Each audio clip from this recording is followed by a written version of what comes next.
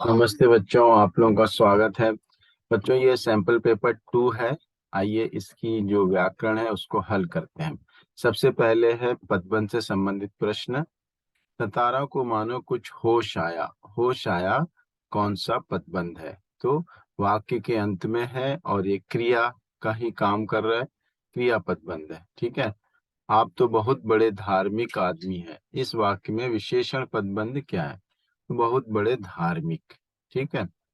और यहाँ पे देखिए क्रिया पदबंध का उदाहरण छांटिए। तो ये तो विशेषण है, ये संज्ञा है। और ये देखिए वाक्य के अंत में जो है विशेष क्रिया पदबंध होता है, ठीक है। बंगले के पीछे लगा पेड़ गिर गया, ये कौन सा पदबंध है? तो पेड़ के बारे में बताया जा रहा है, ये संज्ञा है ना। तो संज्ञा के बारे में जो बताता है वो क्या होता है? विशेषण होता है। तो विशेषण पदबंध हो गया। इधर उधर देखता हुआ चल रहा था, कैसे चल रहा था? रीतिवाचक क्रिया विशेषण। तो ये क्रिया विशेषण पदबंध हो गया, ठीक है। तो इस तरह से पदबंध वाला जो अभ्यास है वो हो गया। अब अगले प्रश्न है रचना के आधार पर वाक्य भेद, ठीक है। तो इसमें भी आप अगर समुच्चय बोधक याद रखते हैं तो आराम से आप ये अभ्यास कर लेंगे। ज्यों ही वह पहुंचा वर्षा होने लगी, ये तो संयुक्त मिश्र वाक्य है। इसको सरल बनाना है, यानी कोई भी उसमें समुच्चय बोधक अव्यय यानी कंजक्शन नहीं आना चाहिए। उसके पहुंचते ही वर्षा होने लगी, बिल्कुल सही है ना। यही है सरल वाक्य। और संयुक्त वाक्य जैसे वैसे मिश्र वाक्य, इसलिए संयुक्त वाक्य। तो ये पहला क ही जो है सरल वाक्य है। तुम वहां जाओ और उसे लेकर आओ, ये तो संयुक्त वाक्य है ना? और आ गया, बिल्कुल कोई कंफ्यूजन नहीं होना चाहिए, संयुक्त वाक्य। देखिए मैं केवल ट्रिक्स बता रहा हूँ, यहाँ पर मैं डिटेल में समझाने के लिए नहीं जा रहा हूँ, ठीक है। राजू हिंदी पढ़ने के लिए शास्त्री जी के घर गया, कोई भी कंजक्शन नहीं है इसमें।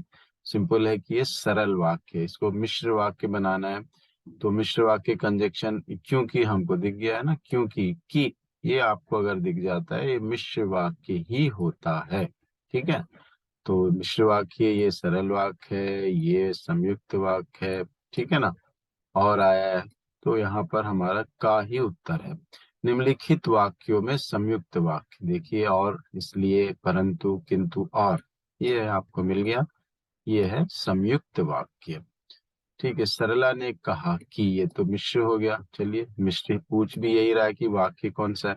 देखिए मैंने यहाँ पर भी इस सैंपल पेपर में भी आपको बहुत ही आसानी से बता दिया कि जो सरल संयुक्त और मिश्र वाक्य कैसे पहचानना है। इनके जो समुच्चय बोधक अव्यय है उनको अगर आप ध्यान रखते हैं, मालूम है, तो आपको आसानी से सारे प्रश्न हल हो जाएंगे, ठीक है। अगले प्रश्न है समास से संबंधित, ठीक है। 6 समास है हमारे। तो यहाँ पाठशाला, पाठ के लिए शाला, कौन सा समास होगा? तत्पुरुष समास है ना। के लिए जो है कारक चिन्ह आ रहा है विग्रह में। ध्यान में मग्न, ये भी तत्पुरुष समास है, लेकिन इसका केवल विग्रह करना है तो ध्यान में मग्न, है ना। युग्मों को पहचानना है, जो सही युग्म है सुमृत्यु, जो मृत्यु जो अच्छी है, शुभ है, तो ये बिल्कुल सही है। कर्मधारय समास है ना। इसमें विशेषण और विशेषाएं हैं। ये द्विगु समास में तो नंबर आना चाहिए, गलत मैचिंग है। प्रतिदिन, हाँ प्रति जो है अव्यय है, प्रतिदिन एक क्रिया विशेषण है। तो अव्यय जो होते हैं, जो अव्ययी भाव समास होते हैं उसमें क्रिया विशेषण ही होते हैं समस्त पद, तो ये भी सही है। स्नेह से ही, नहीं तो तत्पुरुष समास है, इसमें बहुब्रीहि दिया है। तो हमारे दो मैचिंग जो है सही है, 1 और 3। तो 1 और 3 ये वाला ऑप्शन सही है, ठीक है। सुबह और शाम के लिए, सुबह शाम के लिए समास विग्रह क्या होगा? सुबह और शाम, या सुबह या शाम। कौन सा समास होता है? ये द्वंद्व समास। तो यहाँ द्विगु दिया, ये नहीं हो सकता, इसलिए ये सही है, ठीक है। त्रिदेव का समास विग्रह भेद होगा, 3 देवों का समूह। तो कौन सा? द्विगु समास, बिल्कुल सही। संख्या आया है ना, तो द्विगु समास ही हो जाएगा। दानव नहीं है, देविया नहीं है, और देवों का घर नहीं है, ठीक है। 3 देवों का समूह। अब आते हैं मुहावरों में। तो पहला है मुहावरे और अर्थ के उचित मेल बताने हैं आपको। खेत रहना, खेती करना ये सही नहीं है। गुस्सा पीना, तो क्रोध रोकना बिल्कुल सही है ये ना। घुटने टेकना, बैठ जाना, ये भी सही मुहावरे का और अर्थ का मैचिंग नहीं है। चिकना गड़ा होना, ये भी नहीं है। तो ये अपना उत्तर क्या हो गया? गुस्सा पीना, क्रोध को रोकना। चुगली करना, चुगली करना के लिए क्या होगा मुहावरा? प्राण सूखने पे बहुत डर जाना है। आंखें खुलना, रियलाइज करना, मतलब असलियत मालूम होना, इधर उधर की लगाना, हाँ ये है चुगली करना। ठीक है।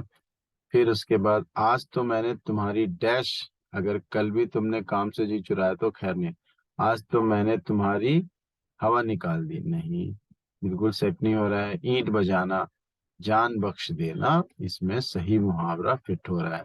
मैं आज तो मैंने तुम्हारी जान बख्श दी, अगर तुमने कल फिर वैसे ही काम से जी चुराया तो खैर नहीं, है ना। पति की मृत्यु के पश्चात उसका पुत्र ही उसके लिए डैश है, क्या है? एकमात्र सहारा है। तो उसके लिए अंधे की लकड़ी, वैसे अंधे की लाठी होता है, यहाँ पे लकड़ी दिया गया है, तो और कोई ऑप्शन सही नहीं है, तो यही हम ठीक कर सकते हैं। रेखांकित अंश के लिए कौन सा मुहावरा प्रयुक्त करना उचित रहेगा? है ना, पुरानी परंपराओं का एक ही का ही अनुसरण करते हो, तो एक ही तरह की पुरानी चीजों के को ही मान के बैठ जाना, है ना, उन्हीं पर पूरा विश्वास करना और अटल रहना, उसके लिए जो है मुहावरा होता है लकीर का फकीर, है ना। तो ये सही है यहाँ पर। उदास होने के लिए मुहावरा है बाट जो होना, तो इंतजार करना, मुंह की खाना, हार जाना। पहाड़ होना, है ना, ये तो बहुत जो है कठिनाई से गुजरना है। चेहरा उतरना, ये बिल्कुल सही है, उदास होना, ठीक है। तो उदास होना, चेहरा उतरना, ठीक। तो इस तरह से हमने देखा कि इस सैंपल पेपर 2 के भी हमने व्याकरण बहुत ही आसानी से हल कर ली है। आप इसे देखिए, जरूर कुछ ना कुछ आपको इससे प्राप्त होगा और शायद आपकी कोई ना कोई समस्या इससे हल हो जाएगी। अगले सैंपल पेपर में मिलते हैं। धन्यवाद।